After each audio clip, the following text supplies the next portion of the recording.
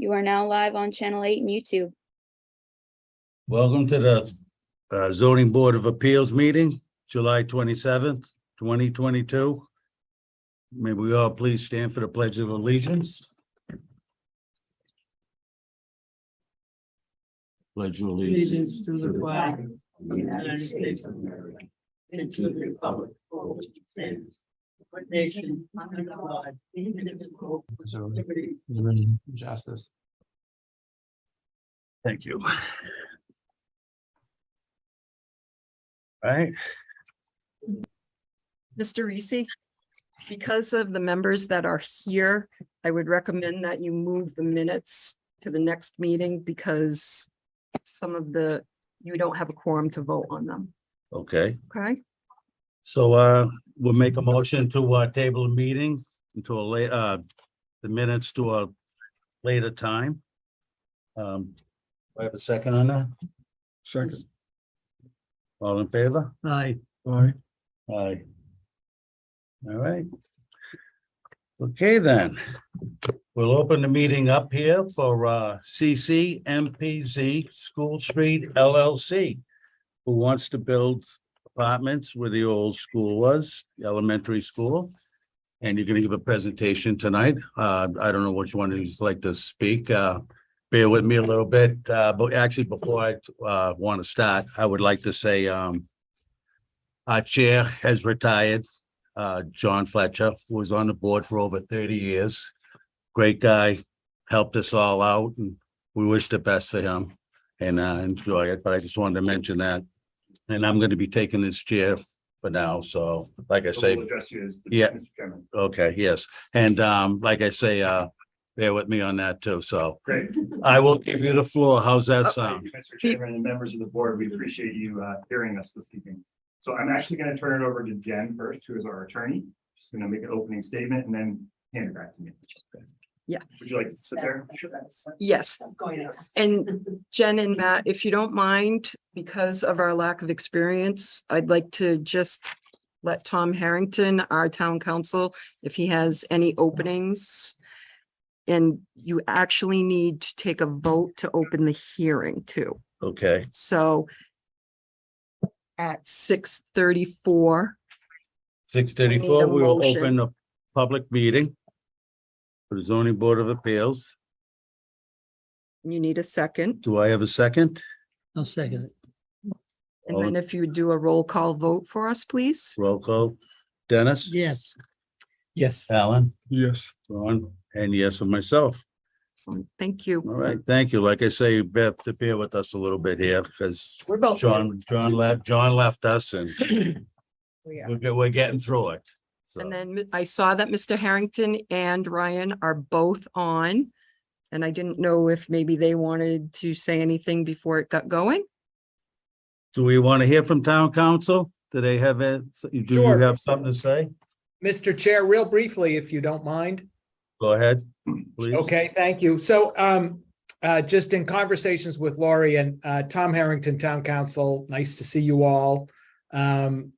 We're here to help you get through this process as best you can. I just wanted to offer about 60 seconds worth of comments for you to kind of think about as you listen to the applicant's presentation. But you know, kind of from a basic standpoint, you have before you an application for a comprehensive permit.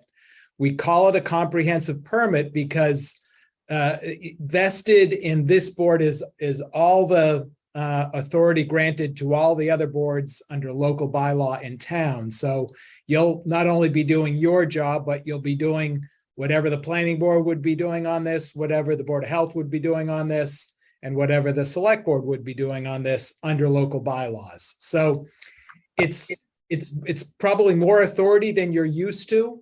But I just wanted to offer the advice, just because you're acting for those boards doesn't mean you can't ask those boards for their advice and assistance in reviewing things. And I would absolutely do that. We also have the opportunity to seek grant funds from the state to help us review the application. And if there's particular matters like traffic or civil engineering or architecture or environmental issues that seem like you could use a little help, we can also ask the applicant to fund studies for us. So that's available to you. So I guess kind of what I'm trying to say is you're not alone on this. There's a lot of resources available to you. And so my best advice going through these processes is we're gonna get a presentation from the applicant, I guess, right away, which is great. I think you listen to the application, and then you kind of think about where you might see the issues, like where are the hot spots, where are the places you might have more questions, and or where do the neighbors have more questions. And then you can kind of schedule specific hearings for those issues after that. You know, I have no doubt that this is probably a great application, and we'll probably move through it fairly quickly, but I don't want you to feel rushed. You have the statute tells us you have 180 days from the day you open this hearing to close the hearing, and then another 40 to issue your decision. Again, I'm not saying you need all that time, but you do have the time if there's things that you don't understand. So I don't want you to feel rushed. It's kind of a relax and enjoy the process. And wherever I can help, I'm going to be here with you. Just fire away with any questions. Thank you very much. I have one question now. How often do we have to have meetings in regard to this? Is it a monthly thing that we have to meet our obligations to see it? Right. So your obligation is literally when you open the hearing, you have to close the hearing within 180 days. So you could go 179 days before your next hearing. What I would suggest is, you know, I don't know how busy the board is otherwise, but hearings like this can get overwhelming and long. And I don't think anyone enjoys that or kind of makes very good decisions there. So I would kind of stick to what your time schedule is. And if you guys like to have a 2-hour meeting, then I would, you know, kind of stick to that. And for the next meeting, just let everyone know we're going to open it at 6:30. We're going to close it at 8:30. If we're done, we're done. And if we're not, we'll move on to the kind of the next month or the next 2-week period. But you should decide how you want to proceed. You know, do you want to meet on this every other week, every third week, every month? And decide how long is kind of palatable for you to deal with this information, because it's a lot of information and it can get really technical. All right. Well, thank you very much. Sure. Just for the record, it was properly advertised twice in our local Guardian News. All the abutters were notified. Most of them replied, as you can see. And other than that, Is that within the 300 yes, foot buffer, of all all the property? of the properties. Yes. All righty. With that being said, I believe we can get on with the presentation. Okay. Thank you. And looks like the screen share is now up. So good evening, everyone. Mr. Chairman. My name is Jennifer Schultz. I am a permitting counsel for the applicant. I run the permitting group at the law firm Sullivan and Worcester in Boston. So as town council noted, we're here tonight seeking a comprehensive permit, which is pursuant to state general law 40B and its implementing regulations. The project applicant, let's see if this is July, 3 months ago, received a project eligibility letter from the state agency DHCD, which determined that the applicant and the project are eligible to seek this comprehensive permit under 40B. There are 3 questions that DHCD confirmed the answer was yes to in order to issue that letter. Number 1 is the applicant a limited dividend organization, and DHCD DHCD determined that yes, they are.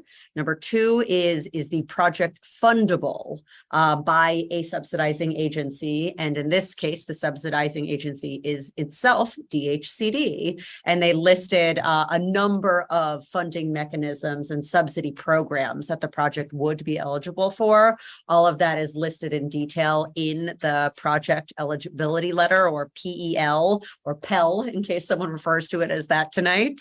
And then number three is, does the applicant have site control? And so here there are two lots that make up the full nearly 3-acre site. One is the former school, and so the applicant is designated as the redeveloper of that site by the town. And the other is a private parcel directly adjacent to it, for which they are under contract with a purchase and sale agreement. And also, as town council noted, in order to or through the comprehensive permit application, the applicant will be seeking a series of waivers solely from local ordinances for this application. And I should have mentioned when I started that the application is for a 54-unit residential project. I apologize that I sort of buried the lead on this one. And of those 54 units, 49 of them will be affordable to residents who are at the AMI, area median income range, of 60% or lower, where 60% will be the maximum. Which is what? That is a good question. It's in the presentation, so we can speak to that in detail at that point in time. I'm happy to share all of that information with you guys. And so with that, I'm going to pass it over to the applicant, Matt, and I'm here to answer questions at any point in time. With the waivers, I guess I'll just note, we're happy to go through any or all of them in detail. Just let us know. And they're included in the application that you received, and we have them here. So if we want to walk through them. And what are the other 5 for? You said 49 with medium income. Market rate. Market rates. Yes. Yeah, no restriction on income. Mr. Chairman, members of the board, thank you very much for meeting with us today. We're really excited about this project. It's been a long time coming, as we've been working on it for about 2 years, and we'll get into some of the timeline later in the presentation. But my partner and I, Jason Korb, who's on the screen and unfortunately couldn't join us because he had back surgery recently. So he is here and we'll speak to you about some of our experience. Jason, if you could go to the next slide, I appreciate that. But the point I wanted to make is that Jason, my partner, and I are deeply invested in these types of projects. We see them as public-private partnerships with the municipality that we're connected to. And we also are engaged in working with the community and ultimately creating affordable housing here. That's our goal and our mission. And we do a lot of these projects. And between us, we have over 40 years of experience doing this type of work. So it's really important, and it's vital to communities as it relates to meeting their housing goals and also allowing them to keep the community. So first, I want to start by introducing the team, and you can see up on the screen here. Again, the applicant is CCMPZ School Street LLC. That's an entity that Jason and I have set up exclusively for this project. And our 2 development companies, we partner up. We have our own companies, but we partner up on projects like this. So MPZ Development is my development company. I have a background in affordable housing. I worked for a large developer based out of Boston for many years. I also have a background in architecture. That's kind of me in a nutshell. And Jason also has a similar background. He could speak to that when he shows you some of our projects. But I have built over 1,000 units of housing in my career with another company. And then we have some projects that we want to share with you that we've done on our own. Icon Architecture is the architect. Matt Murata is here. He's the architect. Matt and I have worked together on many projects. They're a great firm and do beautiful things. DMLA is the landscape architect, and Nicole is representing them today. She's here. And then we have Kelly Engineering, who's our civil engineer and surveyor. Brandon Lee is here to speak to civil engineering issues, which are important to a 40B process, to make sure that this project is properly planned. We have Vanessa and Associates, and Sean is here. He's our traffic engineer. and we did a detailed traffic study, which we included with the application for your review. And then historic, obviously this is a historic project because we're keeping the school and bringing it back to its vibrancy that it once had. And we're also going for federal and state tax credits to fund that. So we have a historic consultant that helps us navigate that federal and state process. And finally, Jen, who you've heard from, is our counsel. And she knows the ins and outs of 40B and can answer your questions and town council's questions. So we're here as a resource for you. And lastly, I'll mention the property manager. This is a privately managed property. So it's owned privately, and we have a third-party management company that's on site. We'll have offices at the building. So it's a very professional group, First Realty Management, and they're out of the Boston area. They do have some properties they manage in Worcester. So this is a good fit for them. And with that, I will turn it over to Jason to talk about a little bit of our experience. Sure. Thanks, Matt. Good evening. I'm really sorry I can't be there. I'm probably more sorry than anybody could imagine because back surgery has not been the most pleasant experience, but I'm glad I can join you virtually. As Matt said, my name is Jason Korb. My company is Capstone Communities. I've been in business for about 12 years on my own. Prior to that, I really kind of cut my teeth at Beacon Communities, which is a large developer and manager of affordable housing. And that's where I managed a lot of historic rehabilitation. So this is really up my alley. I was the vice chair of Preservation Massachusetts. So historic preservation has been a real part of my career for the last 20 years or so. So we just wanted to show you some recent developments that we've completed and what I think are pretty significant transformations. For those of you that know Cambridge, this is a project that's right in the heart of Porter Square. It was really an underutilized site, and it's Porter Square is up here on the left side, Harvard Square is down on the right side. And this site had been sitting vacant for many years. It was really an eyesore to the community. And so while this was not a federal or state historic tax credit project, we implemented a lot of the same techniques. We actually picked this house up. We moved it forward toward Mass Ave. So this is right on Mass Ave. And then we moved it to the north. That enabled us to build this building in the back. But I really think that the house itself kind of is what is the centerpiece of this development and really shines. And you can see that a lot of the historic features were gone when we stripped off the aluminum siding, and we were able to replicate what was actually there in the past. This is a building in Brockton. This is Brockton's first brick shoe factory. Again, a vacant building, had lots of issues. It was really an eyesore for the community. This is directly across the street from City Hall, and the train station is just down the street as well. It's believed that the catcher's mitt was invented in this building. So it's got a really interesting history that we were able to display throughout the interior of the building. And we did this, we used state and federal historic tax credits to really bring this building back to life. So I think those two are really significant transformations in much of what we can do here in Templeton. I'll let Matt talk about what we're currently working on in Bridgewater. Which is really exciting and very similar to what we're trying to do here in Templeton. This is the McElwain School in Bridgewater. Very similar in size and scale to the Baldwinville School. And very similar to what you guys are doing here. There was an RFP and we responded to the RFP. The difference was this building was vacant for almost 20 years. So this was the result of when you kind of let something lay fallow, excuse me. And you have to pick it back up. They tried to redevelop this many times, and Jason and I came along and had some vision for it. And so you can see it's a beautiful historic building. And if you go to the next slide, you could see actively the transformation that we're underway with there. So here we went, it's a 3-acre site, very similar to what you have here in Baldwinville. The building was completely rehabilitated, all new systems. We're putting in all new windows. We added an addition to it where we put the elevator and stair. We made it completely accessible, ADA accessible.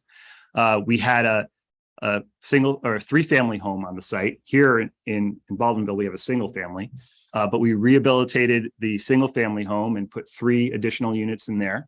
And then in the back, we built a passive house, which is the newest form of construction, energy efficient construction it's the newest technology people are working on these days.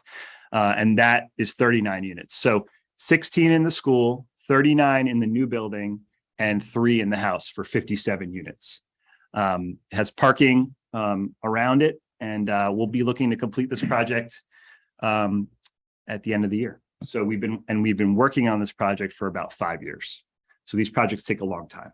And that's what we kind of wanted to show you. But at the end of the day, Jason, if you could go to the next slide, we had the support of the entire Commonwealth with this project. And here you could see local representatives, our funders, and the state senator was here, Secretary Keneally. So these are projects that take not only the help of the community, but also the larger state, in getting the funding together. And this project's approximately $28 million for 57 units of housing. So significant investment in the town of Bridgewater. And just like we were doing tonight, we sat with the community and we talked about the project, and we kind of answered questions and made sure that everybody was aware and fully up to speed on what we were trying to do. So completely transparent through the process. And that's how we like to work. And I think that's it for our overview. Jason, do you have anything to add? I think I'd just like to echo what Matt said before, which is that this is something that we're really passionate about. My business has a 30 plus or minus unit scattered site in Cambridge, which is sort of like, keeps the lights on in the business. But this is really what we enjoy doing. It's what we're passionate about. It's our legacy. And I think we really do a good job. And, I always say I would never build something that I myself wouldn't want to live in, whether it be affordable housing or high-end market rate housing. And I think we've successfully done that throughout, and we'd welcome you to come take tours of things too, if that's what you wanted to do. And I think you could see that firsthand. If you wanted, we could also share more pictures with you. So it's something we're really passionate about. We're not looking to jam anything down your throats. The community and the town put out the RFP, and I think we were the successful bidder, and I think people like the plans. So, but certainly there'll be questions, and we're happy to answer those. So, yep.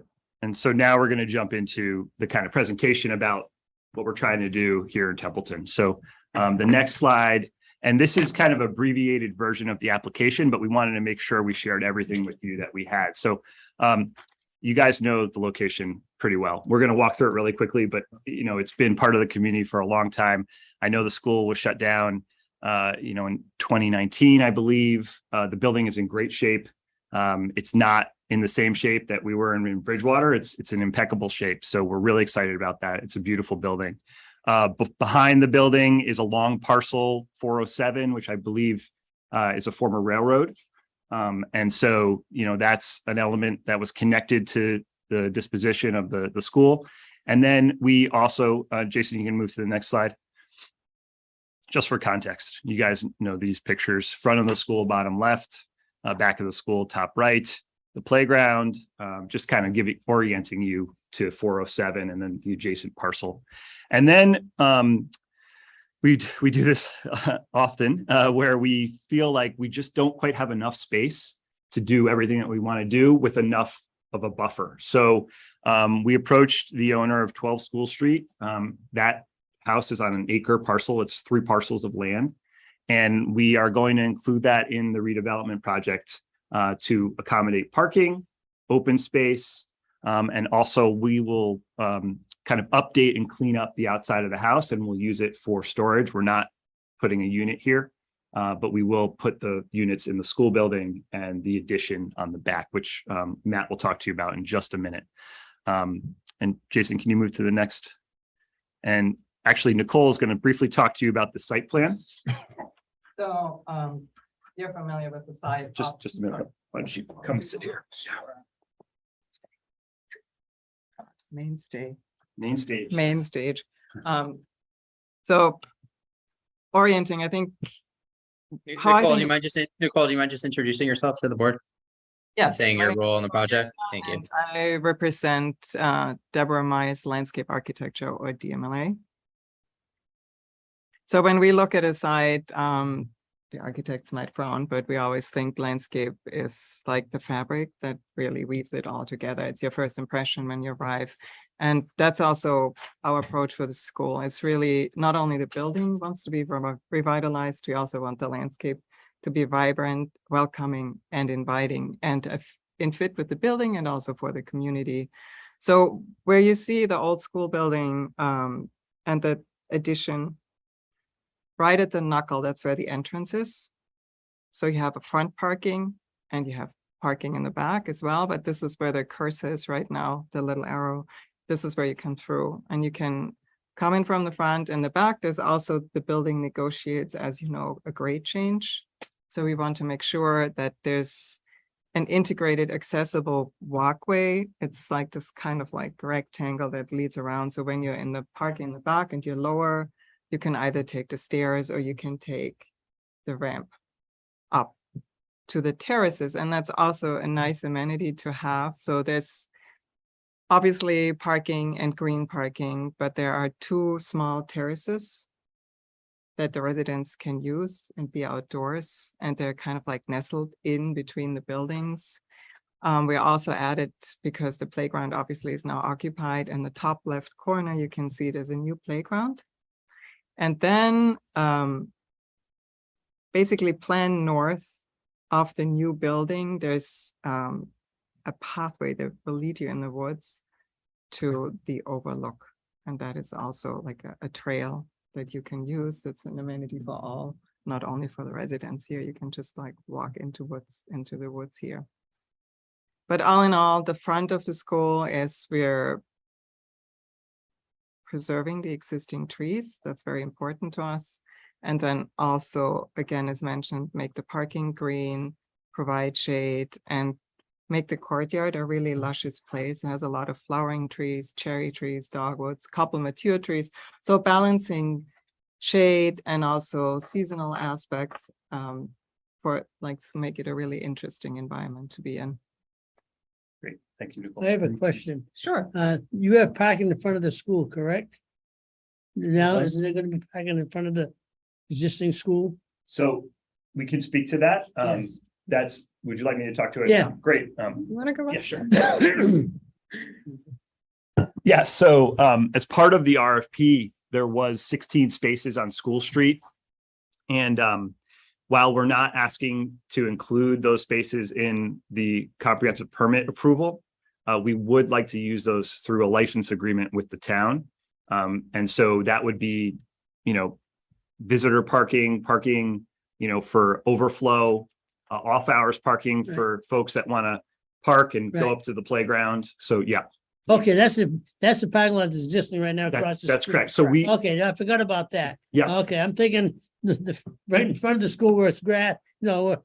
oh, no, we're not going to touch the front of the school. Okay. Yeah, that is Yes, sacred. Yes, Mike, I forgot about the parking across the street. Yeah. Thank you. So we'll speak to that in Yeah. greater detail as well, Yeah, thank you. as School Street. So now I'm going to hand it to Matt, actually, because he's going to describe the building to you guys. So you're up. Thanks. I'm not moving. These are the chairs. You're the chairman. Hot seats. Right. Thank you, everyone. Matt Murata with Icon Architecture. Wonderful to be here. Just quickly before we head into some of the perspectives, as everyone knows, the front of the school is the lighter beige. The new wing that we're creating is the darker orange or tan, whatever colors your eyes see. My eyes seem to see different colors than most people.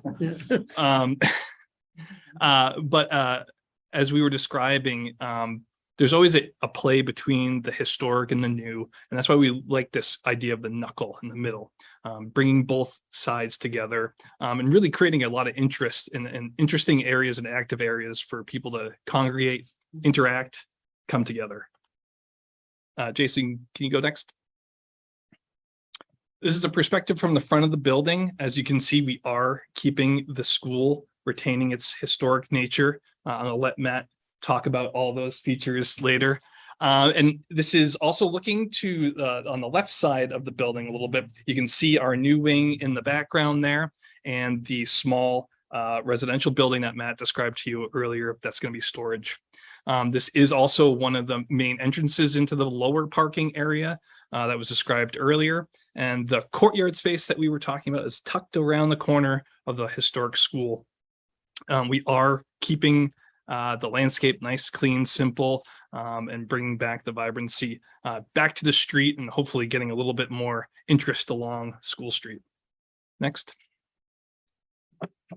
Coming around the building, this is the knuckle that I was describing to you folks. We are proposing a 3-story building and within the same similar scale and look and feel of the historic school. The new proposed addition will be a combination of brick, fiber cement siding. And then the knuckle is a little bit more of a glassier piece because it's where all our circulation happens. We want this connection from one side of the building to the courtyard. And it's really, it's fun to have a place where you can have some fun moments and create a real active place, because this is truly going to be the center of this development. And if I didn't mention it in that description, that is the front door for our building. That's where the mailroom is going to be. That's where all residents are going to be entering the building. Next. This is coming around to that terraced courtyard that we were describing to you. You can see lots of opportunities for people to have intimate moments and congregate and be able to talk and have a conversation in the privacy of this courtyard. And I think it's going to be a great amenity also for the new wing, a lovely place for them to look out onto, see and experience. And, you know, in these communities that Matt and Jason develop, it's also really important to have lots of social places to gather and connect. And I think this is going to be a really exciting spot inside. Next. I'm not going to talk too much about the elevations unless you guys have specific questions. I always feel like the perspectives do a much better job kind of explaining what the look and feel is. Next. And then great. Pass it back off to Matt. Take it back. I'm getting my exercise tonight. I appreciate this. So we wanted to just kind of capture all of the ins and outs of the details of the program. We call it, you know, how many units, the mix of 1s, 2s, and 3 bedrooms here. So this slide represents, you know, what's in the school building and what's in the new construction.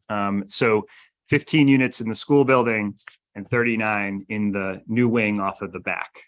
It's a mix of 1s, 2s, and 3s, as I said. And I'm sorry, off the top of my head, I can't see it, but it's 4 studios, 19 1-bedrooms, 24 2s, and 29 2s, 6 3s, and 6 3s. Thank you. Sorry about that.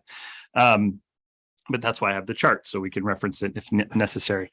And then the list of amenities that we have here are all for the residents, and some of them are for the community because we want to make this accessible and a part of the larger Baldwinville neighborhood. So it'll have a fitness center, storage room, community room, on-site maintenance and management. And so that's part of the property management component that I spoke to. We will have somebody there during working hours, you know, at least 5 days a week to maintain the site, maintain the ground, and then we'll have a property manager there on a part-time basis, most likely to deal with tenant issues or questions, but we'll be available, you know, on call whenever needed.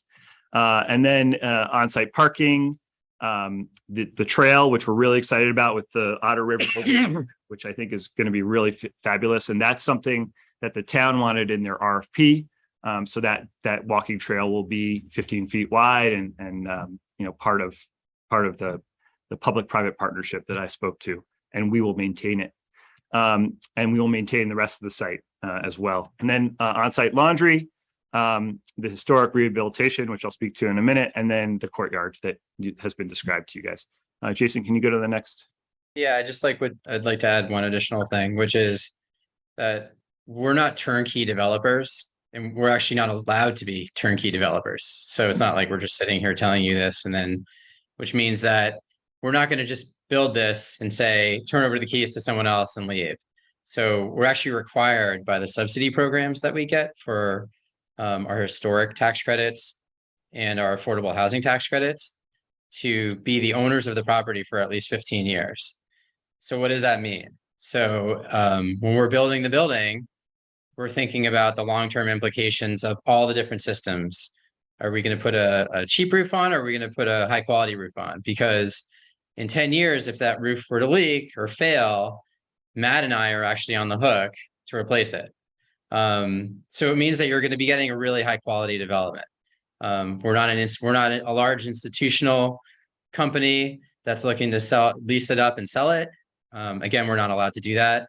So we're really invested in doing the right thing, both in the long term and in the short term.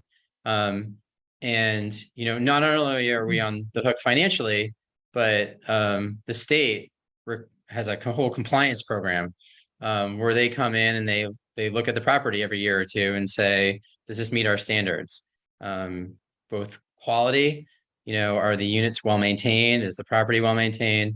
As well as making sure that we're admitting households that meet the income requirements, so that we're not just running afoul and letting anybody live there, but people who really qualify, which are a lot of the households in Templeton would qualify. So I just wanted to make a point that we're here for the long run, and we're required to be here for the long run. We're not just saying that. So I'll turn it back over to Matt. Thanks, Jason. And that is true. We build these developments for the long term, and we are not like a large developer that just flips them. That we don't do that. That's not our business.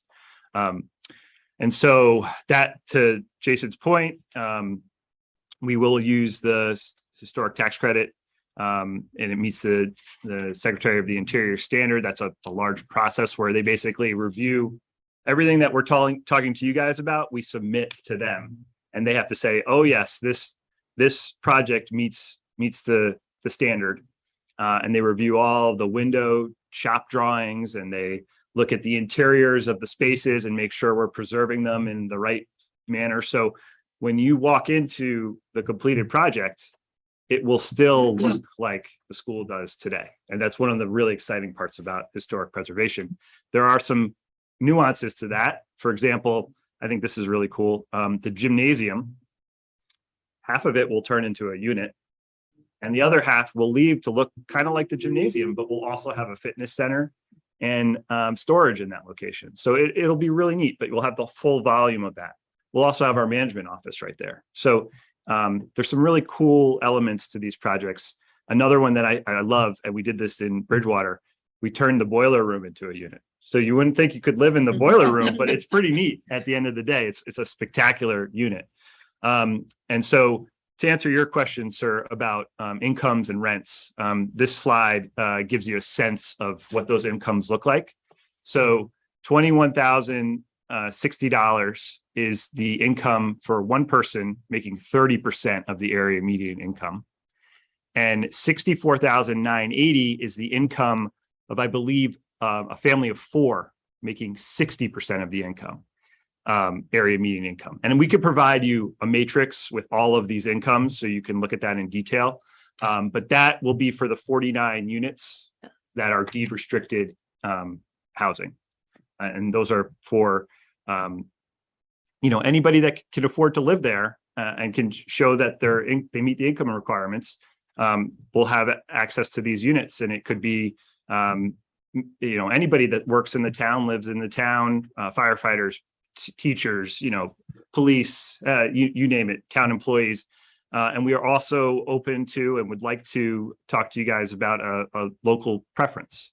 Up to 70% of the units will be available for residents of Templeton. So that's something that we think is really important. And as long as DHCD approves that, we can do it. So that's something we did in Bridgewater, and we'd be open to doing here. And then I've listed some of the rents for you to get a sense. So the very low end, that 30% of area median income, that's what those rents look like. And the high end is that market rate rent. Are they subsidized by the government if they a low income bracket for the rent? The Section 8, if you have a Section 8 voucher per fair housing, we cannot turn away anybody who qualifies to live in the. How many square feet is a 2-bedroom? Matt, do you know off the top of your head? Under 920 or right around 900. I think. Yeah. 850 to 900. And the 3 beds are just over 11, I believe. Mhm. So they're generous units. They're very nice. And as Jason said, we wouldn't build anything we wouldn't want to live in ourselves. I mean, that's our standard, and it makes for really beautiful housing. And again, we invite you to see some of our other developments. So I just want to add one additional point. So when Matt was talking about the 70% local preference, that would be a preference for residents of the town of Templeton and people who work there. So that if you had someone outside Templeton apply and someone inside Templeton apply, and the person outside Templeton applied first, the person inside Templeton would get the priority though.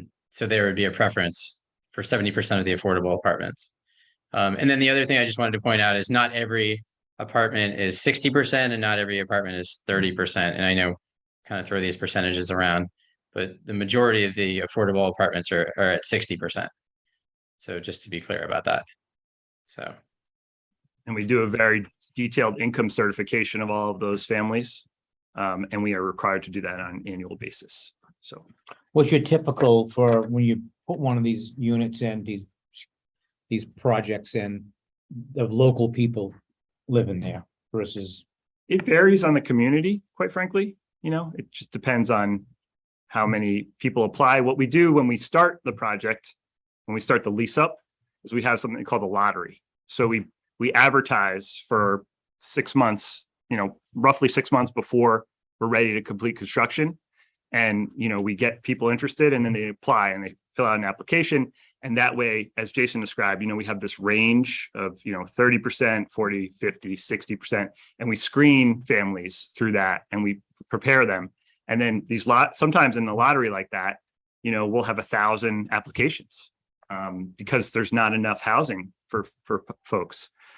So, you know, there's a lot that happens between then and there, but we'll share those statistics with the community because it helps with your production plan, your housing production plan, which is something that I'm sure Lori and others work on all the time. So I would expect you to get a lot here because this was like one of the hardest places I've ever tried to do a market study in because you don't have much rental housing. So like a senior who wants to sell their house and have everything taken care of, snow removal, they don't want to deal with real estate taxes, any of that kind of stuff. There's no place for them to go. You know, families that are looking to move to the community, but maybe aren't ready to buy a house, or, I mean, we just saw interest rates went through the roof today again. So this provides a great option. When I was at Beacon, we did a development in downtown Sharon, very similar school. And we got lots of families that wanted to move to Sharon, but couldn't afford a house or didn't want to deal with the headaches or wanted to try out the community. A lot of people in Sharon that didn't want to own their house anymore. They couldn't afford to own their house anymore. So I think here, especially where there really like is no other place to go, this would be a great option for people who currently live in Templeton and for one reason or another can't stay, you know. I got a question to ask you. Now, how about kids in these apartments? How many? yep, families are allowed here. This is a family development. So we have the 8 3-bedrooms. I imagine that those would be occupied by families. Okay. I mean, would be a limit the amount of kids you could have in that apartments? We can't limit, you know, because of fair housing, we have Oh, they to. can stack those right there, lots, right? But It would be discrimination. Yeah, Yeah, you just can't. for right- So the building code will limit it. You have to have a certain amount of square footage per Okay. person in the unit. We do get this question a lot where like, why you're gonna see 8 people living in a 3-bed. Never seen it happen. No. You know, you typically, you might get 4 people in a 3-bed. The most I've seen is 5, the most. So, you know, and the building code again limits it too. Right. Yeah, Yeah. building, yes, Yeah. correct. Jason, do you want to move to the next slide? yeah, sure. Okay, so this is a great picture.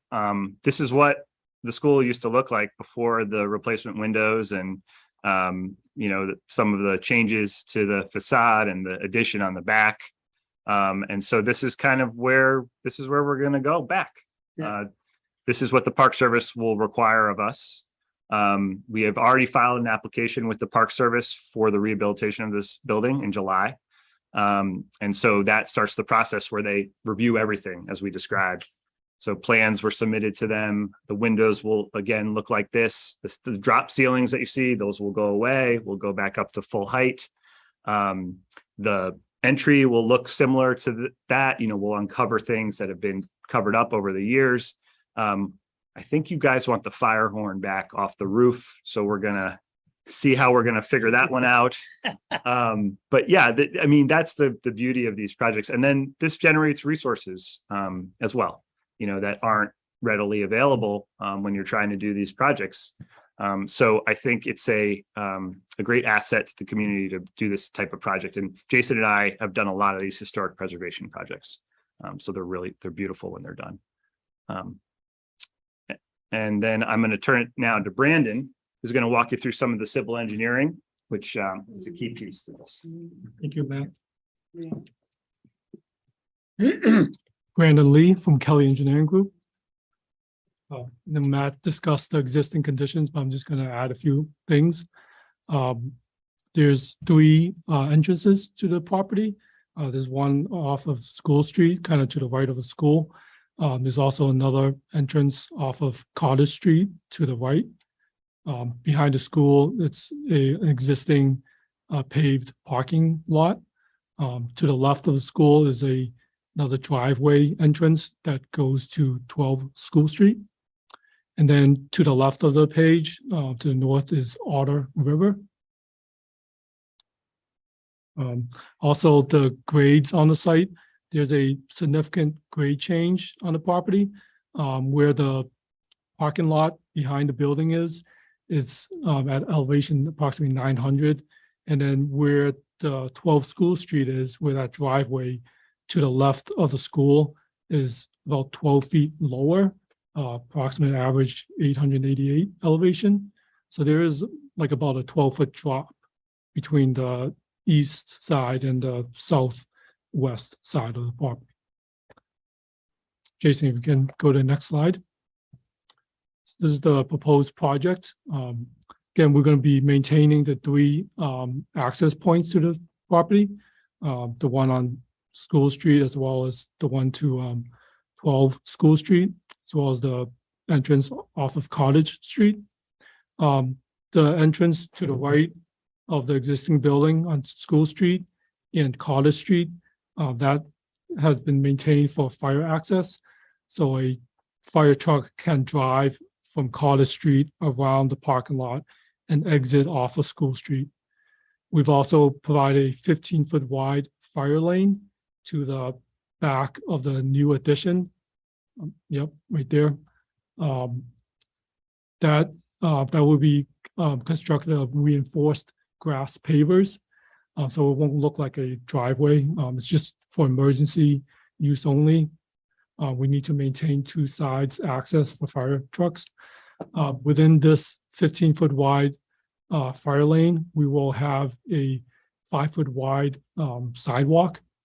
In fact, there's a sidewalk running from Cottage Street all the way down along the east of the property, down to the existing overlook. If you see kind of to the back, yep, right there, there's an existing concrete overlook that you can see onto Otter River. So we're providing a 10-foot wide walking trail easement and a 5-foot wide sidewalk. And then within the overlook pass, it's a 15-foot wide walking trail easement. And that's for the benefit of the public. Yes. We're proposing 76 parking spaces on the property. There's also additional 16 spaces across the property. You see in the gray area. Within the 76 spaces proposed, there are 21 compact spaces. That's slightly smaller. There are 8 by 16 spaces. There's also 2 dumpsters proposed, kind of at the corner, kind of where the parking lot looks like a V. At that corner, there's 2 dumpsters. For Cottage, Yeah. right there. Mhm. Yep. Yeah, and there's walkways throughout the site. We move on to the next slide, Jason. This is the site plan. The project has been designed to fully comply with Mass DEP stormwater management standards. All stormwater on the site will be contained within the development. We will maintain the existing drainage outlet that overflows at the back of the site, and it drains towards the direction of the river. But we'll maintain the existing drainage connections. There's also 2 drainage connections on School Street. We've designed to reduce peak runoff rates up to the 100-year storm as required by Mass DEP. So we have 3 pretty significant subsurface recharge systems. Those are shown in the dark blue kind of rectangles. You see there's one, yep, there's that long skinny one there. There's a large one at the rear. That one overflows to the back towards our river. Yep, and then there's another small one that, yep, next to School Street. The 2 adjacent School Street will connect to the existing drainage system on School Street. Stormwater will be fully treated to meet 80% TSS removal as required by Mass DEP. We have 5 proprietary water quality devices. They're located throughout the property. They're shown with red circles on them. They're designed to treat, capture oils, silts, and sands, and they will be maintained on the site. We also have an operation and maintenance plan to maintain all the stormwater management systems on the site. Utilities on the site. There is existing utilities on School Street. We will have a new water service, a domestic as well as fire service. The building will be fully sprinkled. They will tie into the existing main on School Street. There will also be a new sewer line for the development that will connect to the sewer on School Street. The small house at 12 School Street will maintain the existing utilities. There's already existing water and sewer that will be remain. Gas, we'll have a 2,000 gallon propane tank that's shown right there that will service the building. Electric, there's. We just say, we just need to mention that that will be underground. Yeah. That will not be above ground. Yes, good point. Electric, there's existing utility poles on School Street. They will be relocated to accommodate the driveways. But the electric service into the buildings will all be underground. So we'll take power from the utility poles and bring them underground. That includes to the 12 School Street house as well. And we'll work with the municipal power company to make sure that's done properly. We've already been in touch with them. That's shown in the red lines. We're also proposing an underground transformer vault that's shown in a square kind of near the entrance. Yep, right there. That's an underground transformer vault. I think that highlights all the utilities. That's great. I have one question, not that, is there anything there, people, everything's going electric now. Is there gonna be anything there to charge vehicles? Sure. Can I speak to that? Sure. So we do electric charging stations Yeah. at our developments. Yeah. We're putting in 5 stations in Bridgewater. Yeah. And we work with the Mass EVIP program to make sure that gets effectuated. And I think we would certainly do electric Yeah. charging here. Yeah. The wave of the future. As it relates to the buildings, the school building will be powered with liquid gas. Yeah. Because it doesn't have the, you can't get the right R values, the insulation levels that you need to use anything other than a gas system. That's currently how we see it working. And then in the back building, it's possible that we go all electric but we need to look into that a little bit more. But that's certainly an option. So we haven't gotten into the next level of design where we will figure out all of those systems. I don't like electric cars, but that's. You don't like electric cars? It's the future. Does everybody pay for their own heat or is it in their rent? We do that where everybody pays their own heat and utilities. What happens though on the subsidized units is there's a utility allowance. So we deduct a certain amount from the rent. So those residents have those resources to pay those bills. But we do sub-meter a lot of the time. Although we're moving back towards central systems just because it's more efficient. But I would say with heat, you're not going to see people in the wintertime having their windows open because their money will be going out the windows because they will be paying for their own heat. So there is a benefit from that standpoint for sure. Yeah. Okay, could you go to the next slide? And we are wrapping up. I know it's a long presentation. We appreciate your patience. Doing very well. Sean's here to speak about traffic and parking just briefly and some exciting things about School Street as well. Good evening, Mr. Chairman and members of the board. For the record, Sean Kelly with Vanessa Associates. On behalf of the team, thank you for having us tonight. So our role with the project was to conduct a traffic impact study looking at the impacts of the project, particularly the impacts to delays due to the increases in traffic volume. We conducted a study in accordance with all state guidelines, Mass DOT criteria, and what it shows is that this project will generally generate about 40 to 45 trips during the busiest hours. That's your morning commuter peak and your evening commuter peak. In relation to the prior school, it's actually less traffic in the morning. It's a little more traffic in the evening, about 20 trips. About half the traffic goes north, half goes south. So any given segment of the area is going to see about 20 additional trips per hour versus what's out there today. The impacts are fairly minimal. You know, we don't have any degradations of level of service. We don't have any intersections that fail. So there's no issues in terms of capacity. There's certainly adequate capacity to accommodate the project. We looked at the parking. We look at ITE data for the parking demand ratios in terms of what's required. The spaces on site provide enough parking. ITE. Oh, I'm sorry. ITE is it's the Institute of Transportation Engineers. It's the federal standard in terms of traffic generation and parking demand. And what that tells us is that the parking on site in and of itself is enough to accommodate the peak demand for the project. But again, there is the additional 16 spaces off site during, events or people have guests, whatever that may be. We looked at safety characteristics. There's none of the intersections have a high crash rate in terms of being above the state average. We've looked at sight lines. The sight lines are all excellent. They all meet the required criteria. Our recommendations in terms of improving things, there's really two aspects. The first is the site access. We're recommending that all the driveways get designed at the applicable, AASHTO and MEGCD guidelines with respect to pavement markings, signage, making sure there's no, snow plowed or signs that block sight lines coming and going.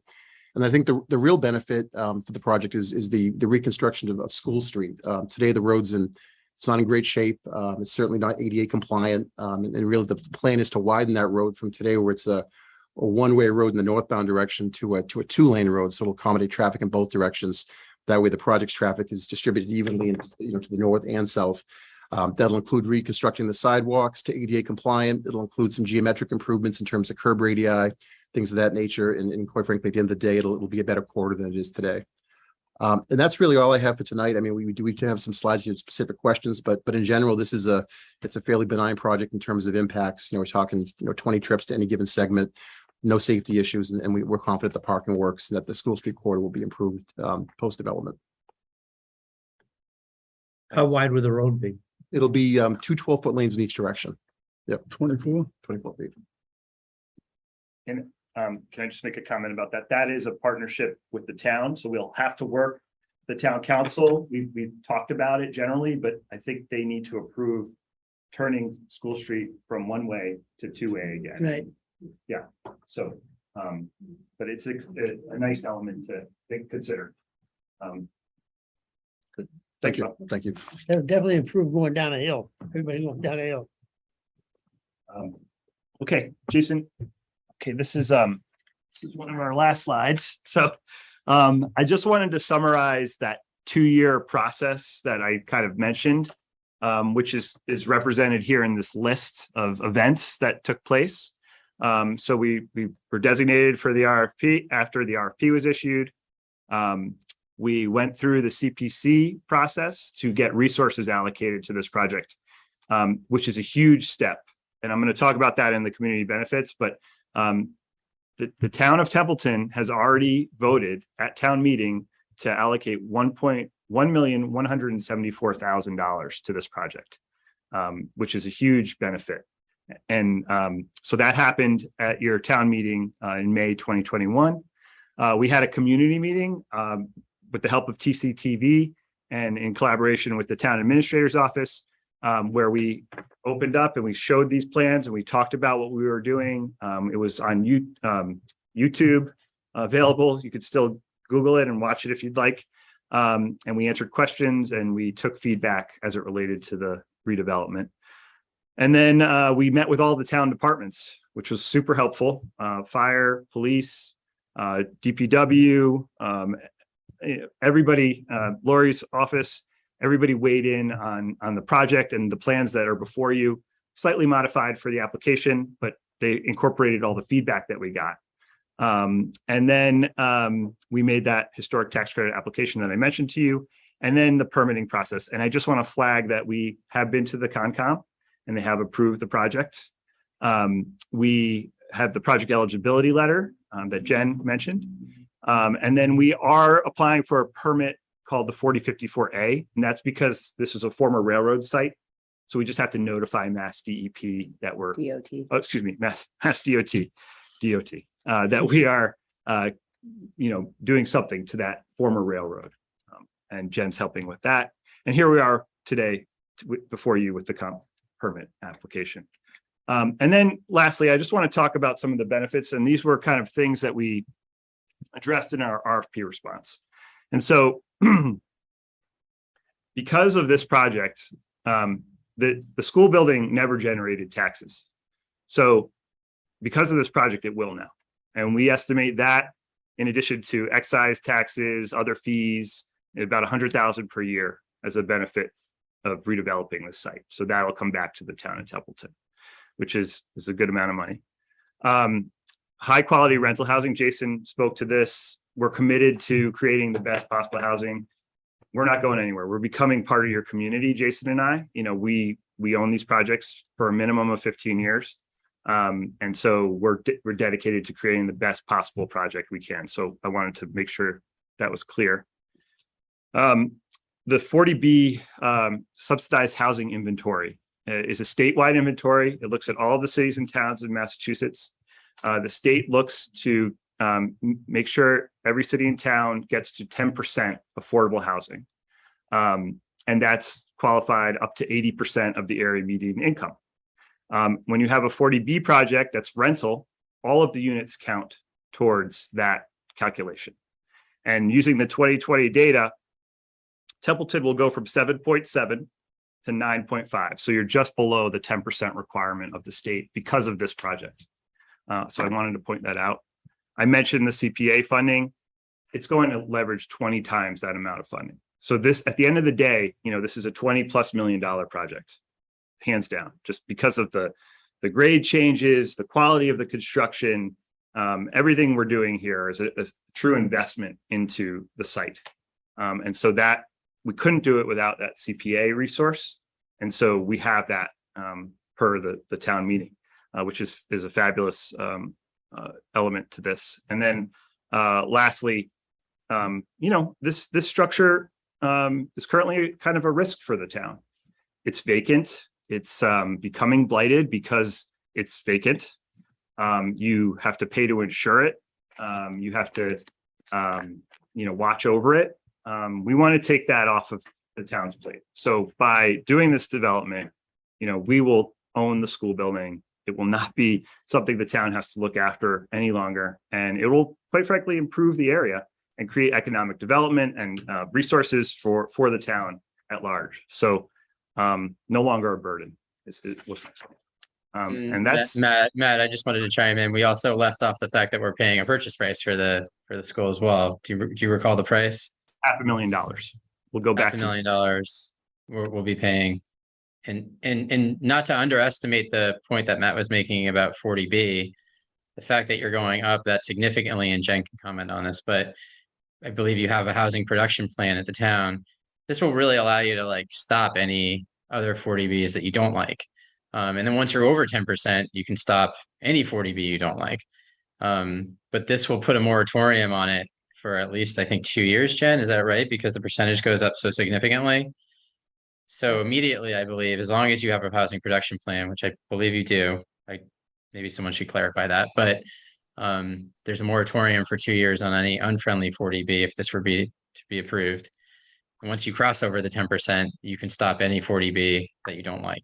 So How long will it take for the project to be developed? Great question. So once zoning is in place and we're basically ready to proceed, we can apply to the state for the resources, the additional resources that we need to construct this project. We're looking to do that at the end of the year. So with this approval, we'll advance our drawings and then we'll be shovel ready to go to the state. And we do a telephone book of information, not dissimilar from the 700-page application we made to you guys. Thank you for taking the time.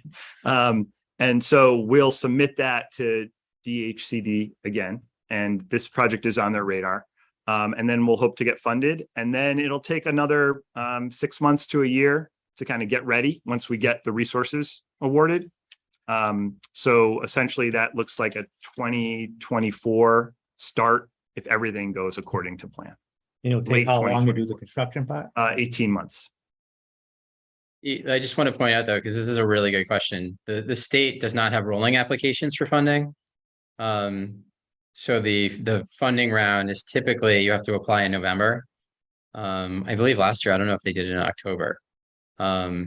If you apply and you don't have your permitting, you have to wait another year. So it's just something to keep in mind in terms of process. If it is a project you like, you know, we're happy to come as many times as possible. And meet and answer all your questions, you know, over the next few months. If it doesn't get approved, you know, by November or so, then we're pretty much on hold for another year, I would say. So. And how much time do you need once we were to approve you to get it to that November meeting? I mean, would you be able to do it that next week, or does it take 2 months? Yeah, it'd be pretty fast. But we just don't know. It could be October. We just have no idea. There's no like regulatory date. I don't tell you ahead of time. You hear rumors of when the funding Right. season will open. State, yeah. So you're looking at a turnaround from us within a couple of months to 2.5 months. That's our hope. When you feel comfortable, we're ready to move forward. It would be very beneficial to us if we can move forward as soon as possible. Yeah, but we like you, we also want to hear more from the abutters. We did hold a community meeting. That's why we hired Vanessa to do the traffic study, because there were a lot of questions about traffic and getting the chip generation numbers that were requested by the community. That was, I think, the #1 issue that was brought up, and we tried to answer that in the report that we submitted. So. Now, this project, you are gonna have elevators, I take it, in the, how many elevators? There's one elevator in that knuckle that we talked about. Yeah. That glass Yeah, I know what you're talking element. about. Yes, there will be an elevator that will service. Oh, both. both buildings. Yes, yes, and it's adequate to do that. Yeah. And then in the gym area where I talked about the unit and the various other elements, there's a lift because there's a big elevation change there. Oh. So we'll have that as well. But How many parking spaces? 76, 76. How many of them are gonna be handicapped? I believe it's 5%. The code, 5%. whatever the code is, I'm sure. That's the Yes. requirement, 5%. Required by code to have certain numbers. 76 does not include the 16 on the street, which, by the way, I just want to, we're like talking about this as though it's a foregone conclusion. There is a process that has to happen, you know, because those spaces are on town property. So our request to you is to permit this with 76 spaces, Right. but we the have, traffic study assumed 76 spaces. that's right, So it'll be 76 plus the 16 if you get it. correct. Okay. Exactly. The 16 is a bonus. The 76, we believe, is Right. adequate to serve the number of units we're proposing, but you know, you don't know how many people are going to have cars and who's gonna have, you know, the So you're gonna babysitters say and grandparents six, at coming least in. what, 6 parking for handicap? Four. 4? Would it people who have designated parking spots per unit? Sometimes we do that. Probably Depending, probably not in this case. If it starts to become an issue, Right. a lot of times in more dense communities, everybody will get a sticker. And we will patrol the lot. We'll have a towing company patrol the lot. But if we hear resident complaints, then we would consider doing spaces, like assigned spaces. not that type of complaint, but Plus you got compact cars, they're gonna have to Yes. park there, but as far as the house that you bought for the acre of land, it's gonna be made, is there gonna be someone living there, a caretaker for the project? so we have an on-site property management office. That's where the manager will be, and the maintenance tech will most likely use that house for storage. So it's not gonna be occupied Correct. at all? Correct. Okay. That'll be completely renovated too, correct? We will clean it up. I don't. I mean, the side without the outside. Yeah, renovation. we're gonna take Exterior. down the lattice and Yeah. we're gonna make it look nice. Yes, that will be what we will do. New roof, Yeah, make sure it's weather tight. yeah. All right, any other questions? No, I think None. I think we can open it up to the public. Yeah. And Vacate. if Yeah. anybody, thank you very much. Presentation was good. Yes, thank you. And the 700-page was actually very good, especially the traffic report. I mean, the parking report.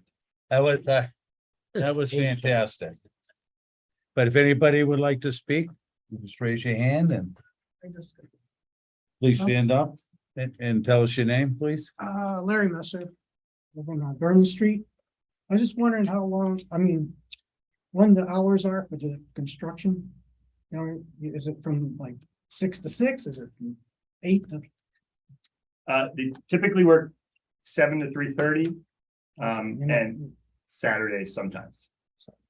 We can designate that in our. Right. And typically, does the town have a noise ordinance? This is a really good question. So As loud as you want. Not true, not true. There is a noise ordinance, which I can send you a copy of.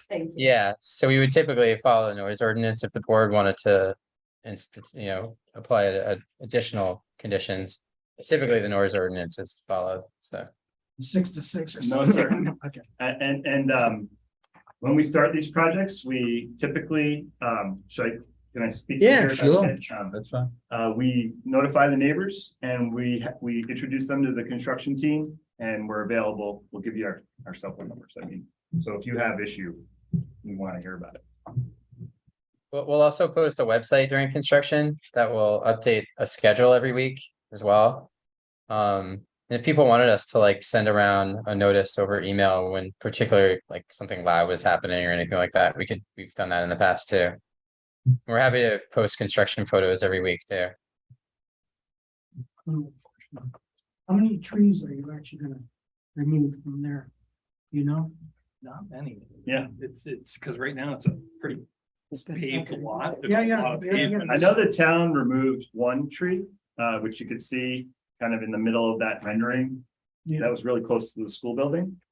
But others we like to keep the trees that are existing. I'd say if anything, we're adding more green back to the site.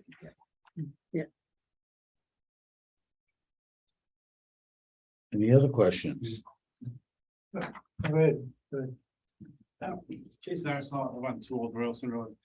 I also own a small business on 15 Central Street, which is across the river from this proposed site. And I've talked to Adam about it, and I don't know if this is the time and place to ask a question, but I just like to put it out there. The way it was shown to me was the railroad site. It goes to the river, and then I have a map here.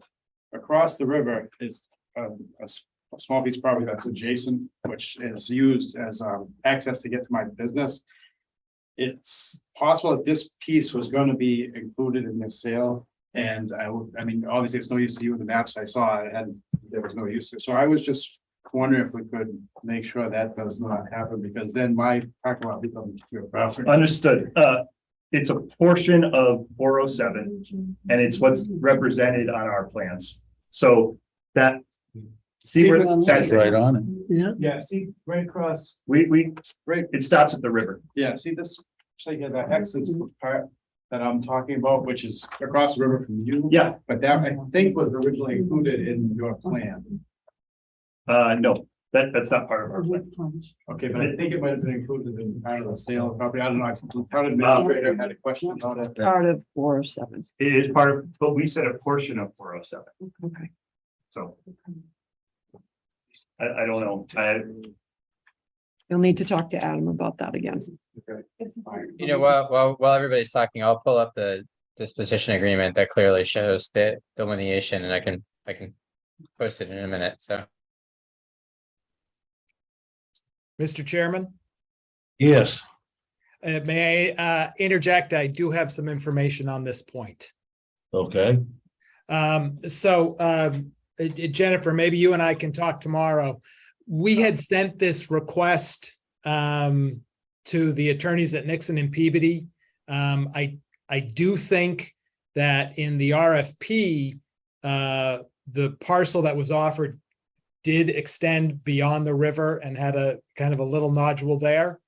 And so that if you don't need it and don't need it in your calculations, that would be of interest to the town to maybe do something else with it. So don't want to put you on the spot right now, but maybe it's something we can touch base on in the coming week. Sure, that sounds great. Thank you. Sure. We'll have to look into that Yeah, for sure. Mr. Harrington will handle it. Any more questions? I know you had one. Question, Joe Kuehl on Vernon Street. And my question is, we have property that runs along the Otter River. Okay. Actually on the other side of it. And with their walking park, people go off the trail and start walking up the river through our yard, our land. I don't think they would be able to. That's a very, that's a drop off. It's deep, but it flattens off at the bottom. The end of the walk is actually the old trestle from the bridge that used to cross the Otter River. And that's where it stops. Street all the way to Richfield Street. Okay.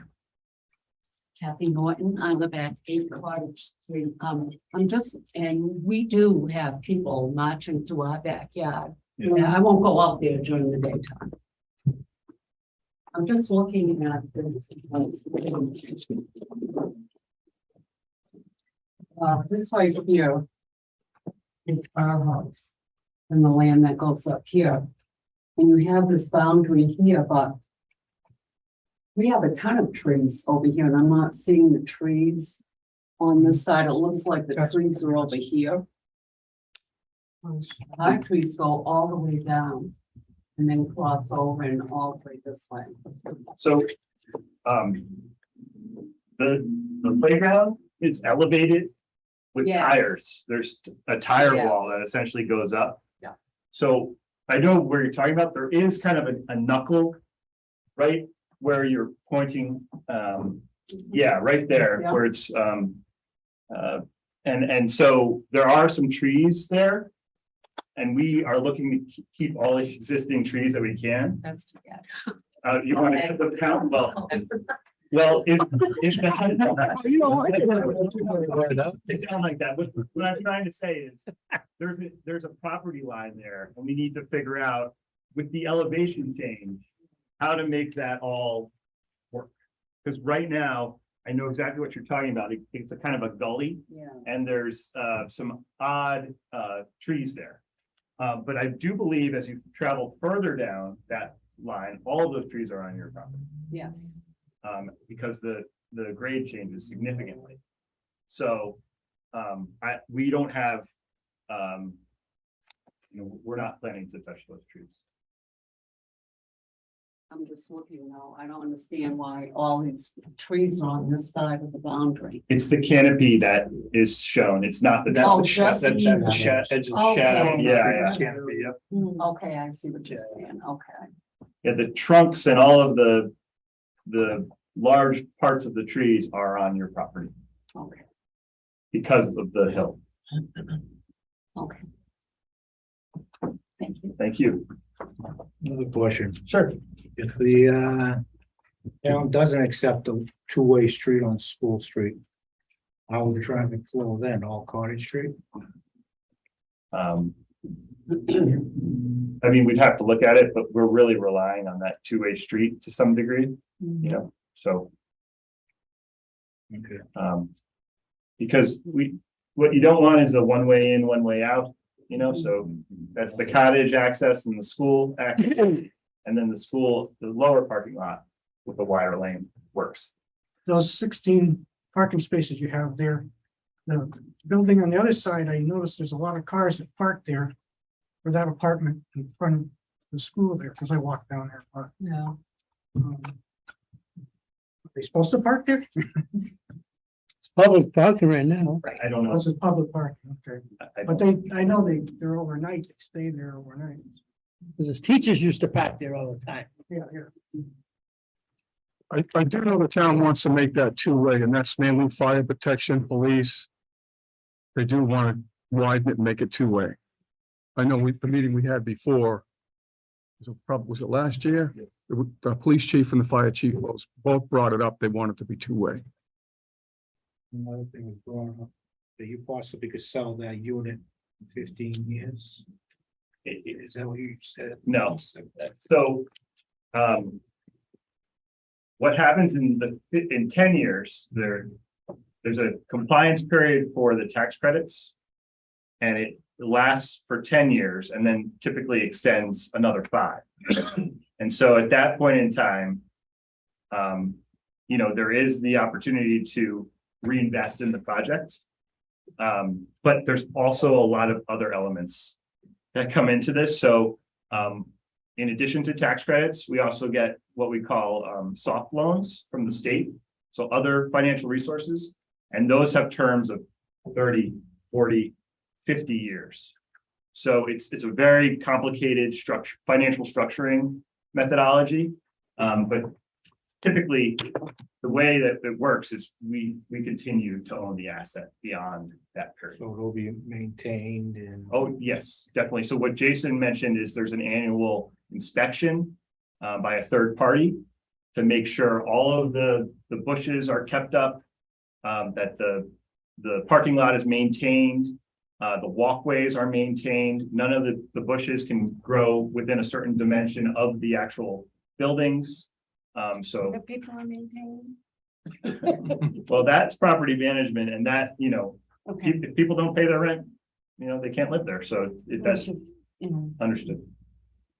And then similarly, if people's income increases, they can graduate out of being eligible for the subsidized housing. So sometimes you do see turnover in the units in that way as well. So there's a review by the state subsidizing agency or agency to determine ongoing income eligibility for the units to ensure that this building, this project, you know, if it's going to be permanent in this manner, then it has to continue to serve the populations it is built to serve. Yeah, go ahead. Sorry. That's 98 a year. They'll check the income. It's gonna be a year. I would take a 1-year rental when you lease them out. 1-year leases. Okay, minimum, obviously, you could stay there as long as you want, but I'm saying, but every year they will go over the people that are in there. If they are over the requirements, Income eligibility. Goes up. they will make them Yes. move. No, they remain, but if their income goes up by more than 140%, then they become a market rate unit. But I just want to be clear too, this is not public housing. Not that there's anything wrong with public housing, but this is tax credit housing is very different. So like we will be doing all the same checks that every landlord, you know, does. We do a Corey check, we do a credit check. You know, we do an eviction check to make sure people haven't been evicted. Because we need the rents to sustain the property. Otherwise, we're writing checks ourselves. So it's a very different model of affordable housing than maybe some people are familiar with. Most of these apartments will not have any sort of rental assistance associated with it. You know, these are a lot of people that a lot of people know in town who have a job. You know, they don't make $300,000 a year. They work really hard. And they deserve quality housing.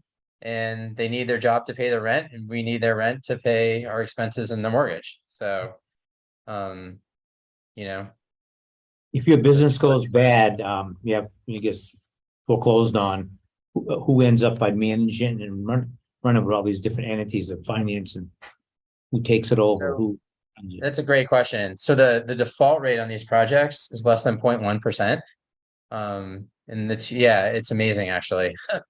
They're underwritten very strictly. But to answer your question, if everything just like totally collapses, the first mortgage lender, so whoever has the first mortgage on the property, can foreclose. However, there's a standstill period of typically 120 to 180 days, where the state and all the public lenders have the right to come in and figure out how to manage this. And most likely what would happen is, in the few cases where this has happened, they install a new owner. It would be a sophisticated owner who would come in and then own the property. So the first mortgage lender can't just foreclose, and immediately and put this thing up for sale. There's a standstill period that they have to agree to. So where all this gets worked out. Another question. Pets. Dogs, cats, are they gonna be allowed? We do allow Typically, pets. Yeah, typically. And sometimes if we don't allow pets, then sometimes tenants request a reasonable accommodation, so they get a pet anyway. But when we do allow pets, we install standards, certain breeds, certain sizes. What we're doing in Bridgewater, we do have a small area for a dog run. We could look at something here potentially. We also install, there's an opportunity to use a system where we basically take DNA from all of the dogs, so we know what the dogs are doing. Wow. So, Wow. I mean, there are ways to manage people with pets. Well, this thing is dog walkers. Oh, coming and, yeah. And Because we already dogs have, like- relieving themselves in the yard. Oh, yeah, we already have In that. your property, I understood, yeah. Street. Mm, Understood. mhm. Matt's the DNA collector in the partnership. That's my job. Okay, say you have a dog. Yeah. Now, is there certain areas that they can only take their dog to go to the bathroom? Well, Because otherwise they're gonna be ruining it. no, you're right. Yeah. That's why we sometimes look to do a pet area, Yeah, with the. Yeah. Like I a mean, pea stone. yeah, Sometimes it's easy to clean and maintain, or turf, astroturf. yeah, because I know I live on a main drag. and they always walk by my house. Yeah. A station that has the dog bags. Oh, yeah, but I'm talking about peeing, yeah, No, they can ruin the grass. Yeah. Do that. I know, I live on a main drag.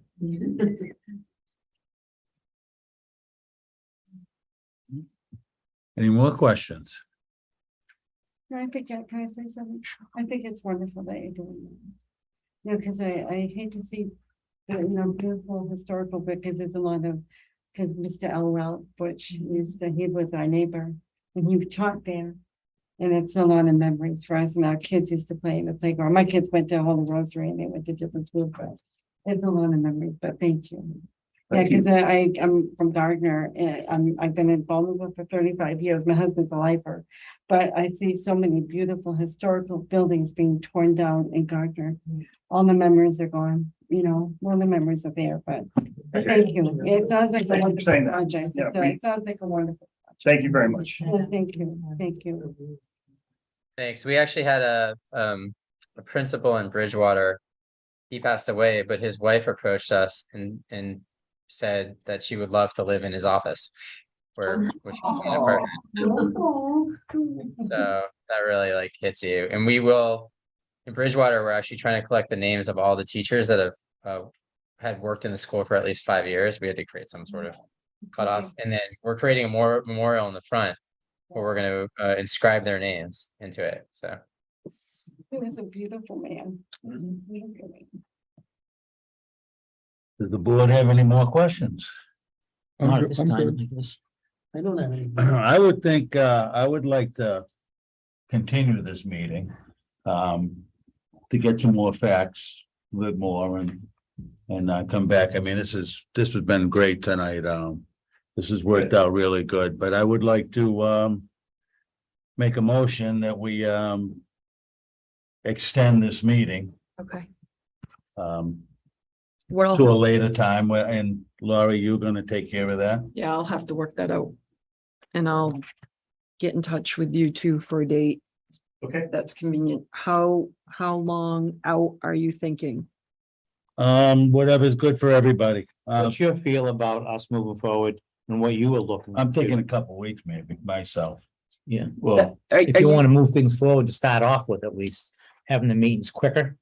Because isn't to get it. yeah, going. I don't think this one's gonna be as tough as the other one, but I don't have to put it in the newspaper again for a continuance. I don't have to notify the abutters again. So you can make it a shorter amount of time as long as you can have a quorum and make sure we have enough well, members that will to be come to it. the meeting. And we can work that out with the members. If you're thinking a couple of weeks, I think that's probably good. Mr. Smart will be back. Right, Um, and he can get caught up on watching this and he can Right. sit back on the board. It also gives you more time to look at. I provided you again with a natural hard copy of exactly what they're looking for waivers and requirements. How are you gonna proceed? Were you gonna go through each one of these items that you get, all these waivers and stuff that you're looking for? Pleasure of the Start board. off and, You know, because I read about them, and that's one reason why I was a minute late, because I was kind of going through, so I gotta get out of here. I was going through it. So, I appreciate everything. I appreciate everybody being here this evening and listening to us and our presentation. We fully respect the board's, timetables and what you'd like to do. To Jason's point, we have a lot of work to do, as it relates to this project, and so, but we can't move forward unless. Quicker than approval. possible, quicker than more. Yeah, so if you'd like to go through the waivers, we can do that tonight, just to tell you exactly why we're requesting what we're requesting. So we actually slide with them. But you have them in front of you as well. We would like to move the project forward as efficiently as possible. Oh, I agree with you. I agree. I would also like to say this is one of the shorter waiver lists I've seen, which I know sounds crazy, but and also if there are specific questions too that you need answered before the next hearing, typically we might get a list of questions that are unanswered, and we understand this is a big decision. So we're not looking to rush anybody, but if there's any work that we can do in the interim, we're happy to do that. Mr. Chair, Yes, so as a suggestion, going through the waiver list might be a good way to start the next hearing. that's what I'm thinking. I'm right with you. So we can go over it ourselves, and then if we have any questions, we can add to them. And And then it, when we go over it, we can discuss them. and it would give us an opportunity to gather some information from, other town officials to see if they have opinions pro or con on the waivers being sought. So that's probably a good place to start.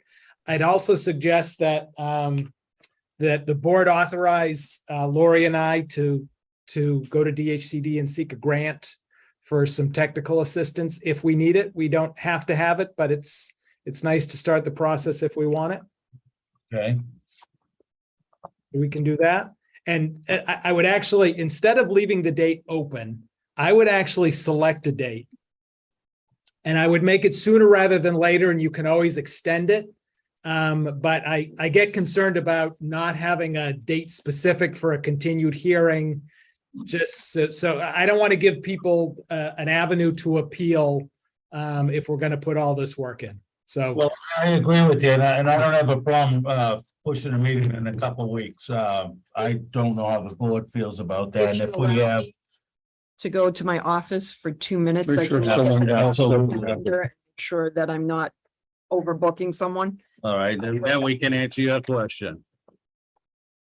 All righty. You guys did an excellent job, though. Everything. Can we have meetings that's about this as a board without having, I mean, just in general, without having to be public or with. I do believe it has to be public. That's the public. So what you, yes, what you can do is, so they do have to be they do need to be open to the public because the public's entitled to watch you work, but you don't have to take questions from the audience or comments, and you don't have to let the applicant speak at a meeting. You could use it as an opportunity to just talk amongst yourselves and kind of wrap your own heads around it, which might be something else that you're interested in doing at the next meeting. And the way I kind of approach this from here on out is, you know, it's not looking like this is a denial or that you're shooting for a denial. And there's probably some things you'd like to see fine tuned. So I would suggest as going forward, we look at this both as your opportunity to review the project, but a little negotiating at the same time. You know, let's see if we think we see something that could use a little fine tuning, or we'd like it approved a little bit. Let's share it with the developer early in the process and see if we make hay and see if we can come to a resolution on some things earlier rather than later. I agree with you. So thanks to Mr. Castle. He had it pulled up within seconds. I didn't have to go to my office. Monday, August 8th is available. I don't know if that's too quick for you. Tuesday, the 16th is available, and Wednesday, the 17th is available.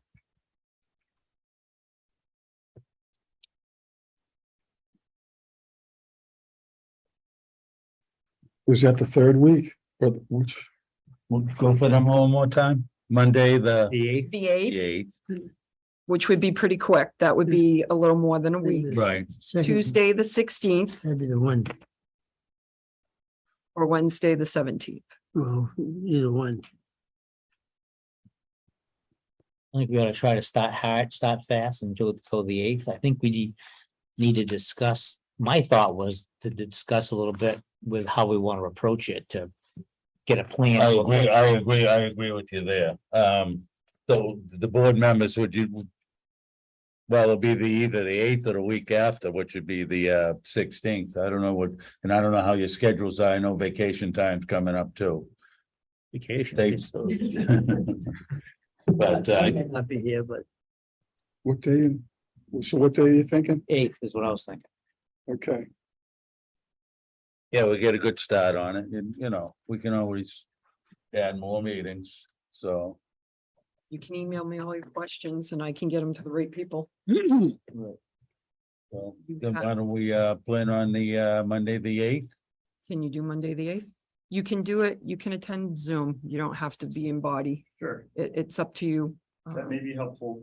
I mean, you guys, I know you want to push it along, and I agree. Why let it linger? I agree. We want you to digest the application, hopefully the presentation enlighten some thoughts. and, Absolutely. We want to work with you collaboratively to make sure this project meets your. Yeah, I also just want to make the point, this is an affordable housing development, so.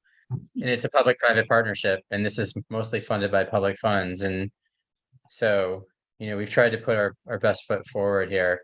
And we're happy to tweak certain things. It's been through a long process already. But in terms of like buying a fire truck for the town or things like that, that's the kind of stuff, obviously, we can't do stuff like that,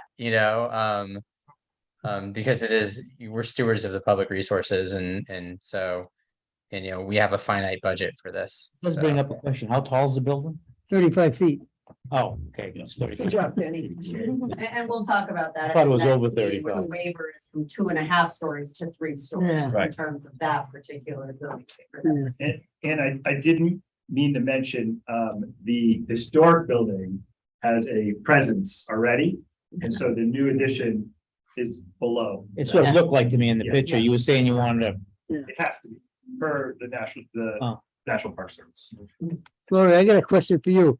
Now, does that have to go for the town to change the road to a one-way or two-way? Or can it just That's already in process. Yeah. So you're in the We've process already right now? started talking about it and Oh, okay, okay. It That would be kind of. that was my only question. I'm going, I happen to go through Cottage Street all the time. Yeah. It's not a very pretty narrow street and there's no room to make it wider with the houses. And it would be a part of the public-private partnership, you know, so Yeah. I know there's already some plans in place for Yeah, that'd be a concern. Yeah. for- various In things and that out. are already being talked Okay. about. That would be the only. Utilities and whatnot are already part of Yeah. the conversation, and Yeah. so right. we can help to, you know, improve our drive, Right. the sidewalks there, things of that nature, catch basins. It'd be silly not to do it all at the same time. Yeah, that was our. Right. Oh, yeah. So. So the 8th. At 6:30. 6:30.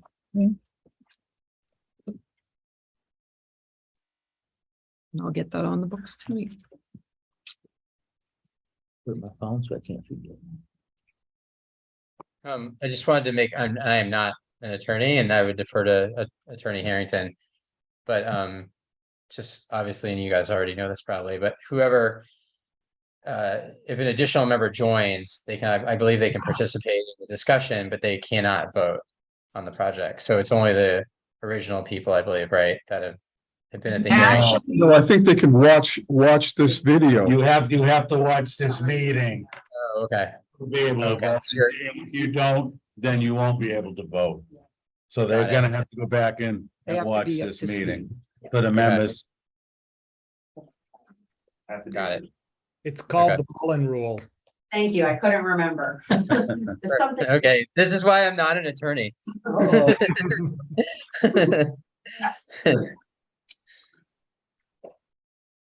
Now we just like to ask that you each read 70 pages a night. Between now and- Well, I think you summarized very well on 4 pages, what you're looking for, why you're looking for it, and what it requires. So I would say those are the most important things for you to look at, as well as the 707 pages. I would also refer to the town attorney, but you know, that's why 40B, this is one of the reasons why 40B exists, to make it efficient for you and for us. Yeah. To be able to do projects like this one. So that waiver list was extremely comprehensive. It looked at your bylaw. It looked at all of the elements that already exist, and that's what we are presenting to you. Looking at our plan, that's the relief that we need. Yeah. Alrighty then. So we need to have a motion to continue to the 8th, and you need to vote on it. All right. I need a motion. Well, someone make a motion? I make a motion. Continue to the 8th. Second? Second. All right. All in favor? Aye. Aye. Aye. Alan? Aye. One more. He was thinking. My motion was good enough. So at this time, then, we can close this meeting. No, we can not close it. We're good. Continue We're good to- to continue. to the- We're good to continue, okay. Right. Man. All right, now we gotta, go into executive session. So we're gonna have to wait until everybody Thank you. clears Thank you. out. Thank you. Remind you, we'll see you the 8th.